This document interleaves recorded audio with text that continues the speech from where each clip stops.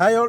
നമ്മൾ ഇന്നൊരു market analysis video ഇട്ടായിരുന്നു. എന്താ വെച്ചാൽ നമ്മളതിൽ പറഞ്ഞത് എന്താ വെച്ചെങ്കിൽ 25,250 എത്തിക്കഴിഞ്ഞാൽ അവിടെ ഒരു റെസിസ്റ്റൻസ് ഉണ്ട് നമ്മൾ വ്യക്തമായിട്ട് പറഞ്ഞിരുന്നു അല്ലേ. മാത്രമല്ല ഞാൻ എന്താ പറഞ്ഞത്, ഇന്നലെ ഞാൻ പി സൈഡിലേക്കാണ് ഇന്ന് ഞാൻ ട്രേഡ് നോക്കുന്നതെന്ന് പറഞ്ഞിരുന്നു. അതായത് മാർക്കറ്റ് ഡൗൺ സൈഡിലേക്ക് വരുന്നതായിരുന്നു എൻ്റെ വ്യൂ.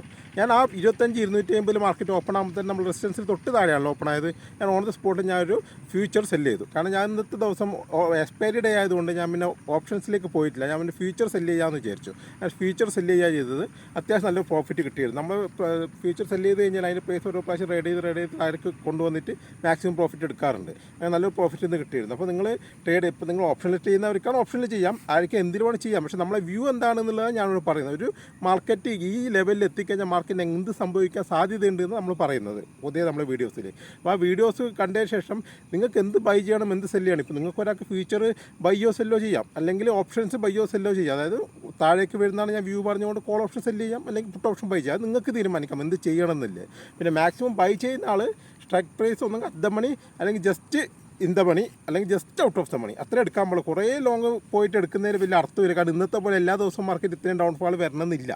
അതുകൊണ്ട് അങ്ങനെ ഒരു ബുദ്ധിമുട്ടുണ്ട്. അപ്പോൾ നിങ്ങൾ ബൈ ചെയ്യുന്ന ആൾക്കാർ എന്ത് ചെയ്യണം, ഏത് ഓപ്ഷൻ ബൈ ചെയ്യണം എന്നുള്ളത് നിങ്ങളൊന്ന് മുൻകൂട്ടി ഒന്ന് പ്ലാൻ ചെയ്ത് വെക്കണം. ഓക്കെ, നാളത്തെ മാർക്കറ്റിൻ്റെ കാര്യങ്ങൾ പറഞ്ഞാൽ ഇതുപോലെ കുറച്ച് ലെവലുകളേ ഉള്ളൂ. അത്തരം ലെവലുകൾ ഇന്നത്തെ പോലെ തന്നെ ആയിരിക്കും.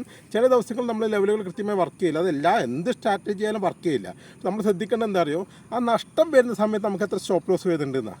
നമ്മളെ സംബന്ധിച്ച് വളരെ ചെറിയൊരു സ്റ്റോപ്പ് ലോസിലാണ് നമ്മൾ ഇറങ്ങുന്നത് അല്ലേ. പക്ഷേ ലാഭം കിട്ടുമ്പോൾ നല്ല പ്രോഫിറ്റ് കിട്ടുന്നുണ്ട്. അതാണ് അതിൻ്റെ ഓപ്ഷൻ ട്രേഡേഴ്സിനൊക്കെ എപ്പോഴും നമ്മൾ വിജയിക്കുന്ന എന്തുകൊണ്ട് നമ്മളെ റിസ്ക് റിവാർഡിൻ്റെയാണ്. നമുക്ക് റിസ്ക് ഉണ്ടാകുമ്പോൾ ചെറിയൊരു റിസ്കേ ഉണ്ടാവുള്ളൂ. പ്രോഫിറ്റ് കിട്ടുമ്പോൾ കുറച്ച് അതിൻ്റെ 3x 4x 5x ഒക്കെ കിട്ടുമ്പോൾ എന്താ അത്തരം ട്രേഡുകളാണ് നമ്മളെ വിന്നിങ്ങിലേക്ക് എത്തിക്കുന്നത്. അല്ലാതെ ഒരുപാട് വിന്നിങ് ട്രേഡുകൾ ഉണ്ടാകുമ്പോൾ ചാൻസ് ചിലപ്പോൾ കുറവായിരിക്കും. പക്ഷേ എന്നാലും നമുക്ക് പ്രോഫിറ്റ് കിട്ടാനുള്ള സാധ്യതയില്ല. നമുക്ക് പ്രോഫിറ്റ് കിട്ടുമ്പോൾ അതിൻ്റെ ഒരു റേഷ്യോ അത് ഭയങ്കര കൂടുതലായതുകൊണ്ടാണ് നമ്മളെല്ലാം വിജയത്തിൽ നിൽക്കുന്നത് ഓപ്ഷൻ ട്രേഡേഴ്സ് പൊതുവേ. നാളത്തെ പ്രധാനപ്പെട്ട നിഫ്റ്റിയുടെ ലെവലുകളൊന്ന് പറയാം. ഇന്നലെ പറഞ്ഞതിന് 25,000 നല്ലൊരു റെസിസ്റ്റൻസ് ആയിട്ട് നിൽക്കുന്നുണ്ട് നിഫ്റ്റിയിൽ. 25,000 ബ്രേക്ക് ചെയ്യുമെന്ന് അറിയില്ല. കാരണം ഇവിടെ നല്ലൊരു കൺസോൾട്ടേഷൻ തന്നിട്ട് മാർക്കറ്റ് അവസാന നിമിഷം ഒരു അപ്സൈഡിലേക്ക് ട്രേഡ് നോക്കുന്നുണ്ടെങ്കിൽ ഞാൻ 25,150 നിഫ്റ്റി ക്ലോസ് ചെയ്താൽ മാത്രമേ ഒരു അപ്സൈഡിലേക്ക് ഞാൻ ട്രേഡ് നോക്കുന്നുള്ളൂ. അല്ലാത്തൊരു സമയത്ത് ഞാൻ അപ്സൈഡിലേക്ക് ട്രേഡ് നോക്കുന്നില്ല. കാരണം ഒരു കൺസോൾട്ടേഷൻ നാളെ ഞാൻ നോക്കും. കാരണം എനിക്ക് നാളെ വ്യക്തമായൊരു വ്യൂ ഇല്ല. നിഫ്റ്റി അങ്ങോട്ട് പോകുന്നുള്ളൊരു വ്യൂ എനിക്ക് വ്യക്തമായിട്ടില്ല. ഒരു കൺസോൾട്ടേഷൻ ഞാൻ പ്രതീക്ഷിക്കുന്നില്ലെങ്കിൽ അത് ഫസ്റ്റേക്ക് പോകാം. പക്ഷേ എൻ്റെ വ്യൂവിൽ ഒരു ന്യൂട്രൽ വ്യൂ ആണ് എനിക്കുള്ളത് നാളത്തത്. അപ്പോൾ എങ്ങോട്ടാണോ മാർക്കറ്റ് പോകുന്നത് അതനുസരിച്ചിട്ട് ട്രേഡ് എടുക്കുക എന്നുള്ളതാണ് എൻ്റെ ഒരു പ്ലാനിൽ നിൽക്കുന്നത്. മാത്രം നാളെ വെള്ളിയാഴ്ച അതുകൊണ്ട് അത്യാവശ്യം പ്രീമിയം ഉണ്ടാവും. അതുകൊണ്ട് സെല്ല് ചെയ്യണം സെല്ല് ചെയ്യാം, അല്ലെങ്കിൽ ബൈ ചെയ്യണം ബൈ എന്തുകൊണ്ട് ചെയ്യാം. നമുക്കൊരു കംഫർട്ട് ലെവലിൽ നമുക്ക് നിന്നിട്ട് മാർക്കറ്റിൽ കളിക്കാൻ പറ്റും. പ്രീമിയം ഉള്ളതുകൊണ്ട് ഓപ്ഷൻസിലായാലും ഫീച്ചേഴ്സ് നോക്കേണ്ട കാര്യം. നാളെ ഓപ്ഷൻസിലായിരിക്കും ഞാൻ മിക്കവാറും ഇറങ്ങുന്നത്. അത്യാവശ്യം പ്രീമിയം ഉള്ളതുകൊണ്ട് സെല്ലോ ബയ്യോ എന്താ വെച്ചാൽ നോക്കിയിട്ട് ചെയ്യാമല്ലോ. പിന്നെ പ്രധാനപ്പെട്ട ലെവലുകൾ ഞാൻ പറഞ്ഞാൽ ഇന്നലെ പറഞ്ഞ അതേ ലെവലാണ്. 25,000 ഒരു ലെവലാണ് ഡൗൺ സൈഡിലേക്ക്. 25,000 ബ്രേക്ക് ചെയ്ത് കഴിഞ്ഞാൽ നമുക്ക് 24,900 24,850 വരെ നമുക്ക് പ്രതീക്ഷിക്കാം. നിഫ്റ്റി 850 ഇല്ല 875 വരെ നമുക്ക് പ്രതീക്ഷിക്കാം നിഫ്റ്റിയുടെ മൂവ്മെൻറ്റ്. പിന്നെ ഇപ്പോൾ ഓപ്പണായ 25,000-നും 25,100-നും ഇടയിലാണെങ്കിൽ അതിനിടയിൽ കൺസോൾട്ടേഷൻ ചെയ്തതിന് ശേഷം അപ്പർ സൈഡിലേക്കാണെങ്കിൽ 25,150 കൂടി ബ്രേക്ക് ചെയ്താൽ മാത്രമേ ഞാൻ അപ്പ് സൈഡിലേക്ക്, അതായത് സി സൈഡിലേക്ക് ഞാൻ ഒരു ട്രേഡ് എടുക്കുന്നുള്ളൂ. ഇല്ലെങ്കിൽ ഞാൻ സി സൈഡിലേക്ക് ട്രേഡ് നോക്കുന്നില്ല. ഡൗൺ സൈഡിലേക്കാണ് 25,000 ബ്രേക്ക് ചെയ്ത് എടുക്കും. അല്ല ഒരു ഗ്യാപ്പ് അപ്പ് ഓപ്പണിംഗ് ആണെങ്കിൽ നിഫ്റ്റി 25,150-ന് മുകളിലാണ് ഓപ്പണിംഗ് ആവുന്നതെങ്കിൽ 25,150-ലൊരു സപ്പോർട്ട് എടുക്കുമോ നോക്കും. അതില്ലെങ്കിൽ 25,100-ലൊരു സപ്പോർട്ട് എടുക്കും. ഈ രണ്ട് സപ്പോർട്ട് ലെവൽ, അതായത് എന്ത് ചെയ്യുന്നത് 25,150 ഞാൻ 50 കൊണ്ട്, അതായത് 50% ഞാൻ ബൈ ചെയ്യും.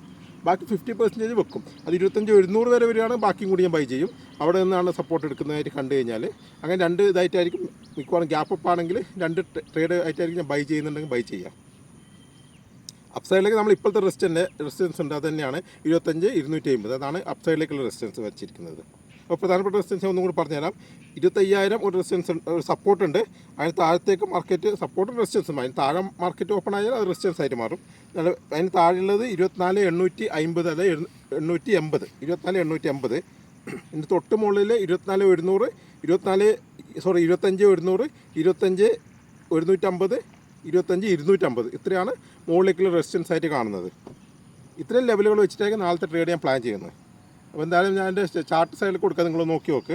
ഈ റെസിസ്റ്റൻസ് ഒക്കെ വെച്ച് നമുക്ക് നോക്കി നോക്കാം. നാളെ എൻ്റെ വ്യൂ എന്ന് പറഞ്ഞാൽ നാളത്തെ ഞങ്ങൾക്ക് ന്യൂട്രൽ വ്യൂ ആണ്. എങ്ങോട്ടാണെന്നുള്ളൊരു പ്രത്യേകിച്ചൊരു വ്യൂ ഇല്ല. കാരണം നിഫ്റ്റി ഈ റേഞ്ചിൽ കിടക്കുന്നതുകൊണ്ട് പ്രത്യേകിച്ചൊരു വ്യൂ ഇല്ല എനിക്ക്. അപ്പോൾ നമുക്ക് നാളത്തെ മാർക്കറ്റ് ഓപ്പണിംഗ് എന്നെല്ലാം നോക്കിയിട്ട് നമുക്കൊരു വ്യൂ എന്നിട്ട് നോക്കിയിട്ട് നമുക്ക് ചെയ്യാം. ഓക്കെ, എന്തായാലും ഞാൻ ടെലിഗ്രാം ഗ്രൂപ്പിൽ എന്തെങ്കിലും മാറ്റങ്ങളുണ്ടെങ്കിൽ ഞാൻ അപ്ഡേറ്റ് ചെയ്യാം. ഓക്കെ.